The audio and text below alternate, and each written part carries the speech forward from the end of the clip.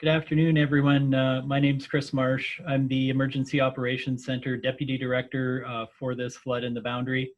Our Operations Center is open at a level 3, and we are actively responding to flooding incidents. And I want to start by saying it's a tough day.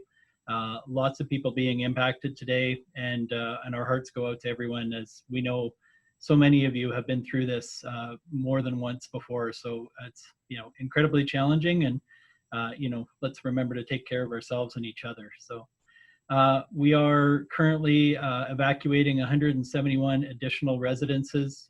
Flows on the Granby River are very, very high. They are beyond what was expected by us and the forecast that it predicted flows. So those evacuation orders are being executed right now. They're mostly centered around the Granby River area, and there's also additional evacuation orders for Johnson Flats. Those are happening, as I said, and there is a reception center being set up at the Grand Forks Arena, the Jack Goddard Arena. So we do have resources coming from Trail to assist folks with their needs as they've been evacuated. We do ask you to be patient as that's set up, because it does take some time to get that reception center established. I'm going to share my screen. I'll talk a little bit about where we're at and where we think we're going. So looking at this chart, this is the chart that we've been looking at for several weeks now. It's the Kettle River near Ferry. It's down in Washington State is where this graph is taken. We can see that we have climbed very steeply after that rain that fell over the weekend, and that did fall on snow and caused significant melting, and it was also a significant amount of rain.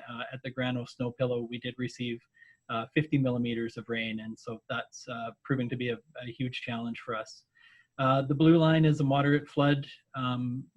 That's not as severe as it could be. Just for reference, the 2017 flood was 20.67, so about the line of the purple, or about on the purple line, and the flood of 2018 was off the chart here. It was at 22.54. So certainly not as significant as it could be, and we're not expecting it to be as significant, but it's a tough day for sure for a lot of folks.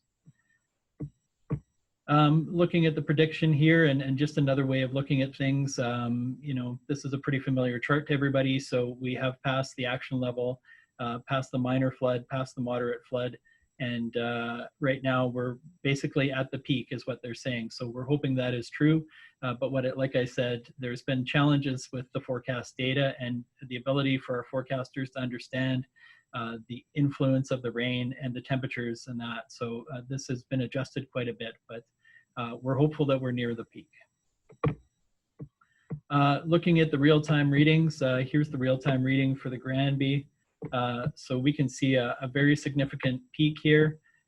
We are seeing a bit of a crest here, and we'll have to be vigilant and just make sure that that this is the true peak, but it is encouraging for sure. Looking at the West Kettle, out in the West Boundary, this monitoring station is at the West Bridge Highway Bridge. This river tends to react a little bit closer, so we are seeing a definite turn here, and that's great news for us. So. Because obviously that influences everything downstream.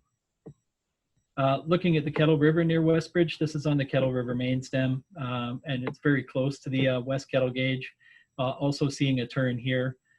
This station, it takes about 16 hours for water to travel from this station to get to Grand Forks. So there is a bit of a delay. So if both the Kettle and West Kettle are peaking, that's good news for us, but it will take some time to get to Grand Forks. And so that's what we're watching, and that's the reason for the evacuation orders, is to make sure that any additional rises in water are compensated for, and we can make sure that people are safe. So the Emergency Operations Center, as I mentioned, is operating at a level 3. We're operating full tilt, and we'll be working to support evacuated residents as best we can. So with that, I'll turn it over to Director G. And like I said, everybody just stay safe and take care of each other.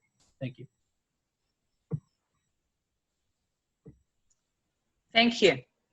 I'm the elected director for Area E West Boundary. And so far in our area, things are looking not bad on the West Kettle, as you say. That's the reports that are coming from people that I'm talking to. I did first hear of extensive flooding up Christian Valley last night at the 60-kilometer mark, and now we're seeing those waters breaching down in the south of Christian Valley as well. I don't know if we're still expecting those waters to continue to rise south of Westbridge, but I just checked in the last half hour with people in Rock Creek, and they are indicating that in one case, one fellow said that it had actually dropped a bit after going up. We have had at least one household self-evacuate. I'm aware of one place that has water in the house, but it's an uninhabited house. So really, so far, we've been very lucky, and I'm very concerned about what I see happening in the Grand Forks area. Thank you. Over to you, Mayor Taylor. Good afternoon, Brian Taylor, Mayor of Grand Forks.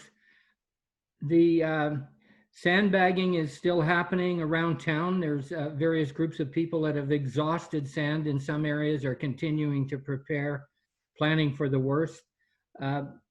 Clearly, the evacuation notices to 189 in total homes is distressing and causes a lot of anxiety and trauma for a lot of people, but we are being safe, and that's the critical part of our role.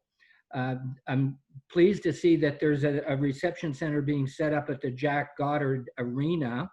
I think that the earlier reports were that we didn't expect that many people being evacuated, and that we were looking at an alternate response, then grouping them together. But I'm assuming that that will be a safe grouping of people together at the Jack Goddard. We hope this is the peak of it, and looking forward to the next 12 hours, I understand, will be that critical time frame.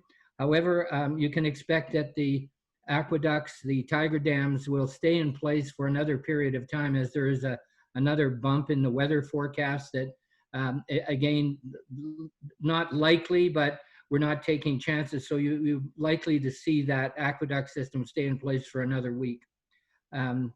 That's pretty much it. The city has their planters out, and we're trying to make things work on a somewhat normal scale, but all of our manpower is looking at assisting with the flood problems. And back to Roly to wrap us up.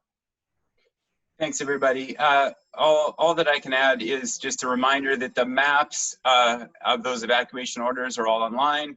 So go to rdkb.com, as well as that's good.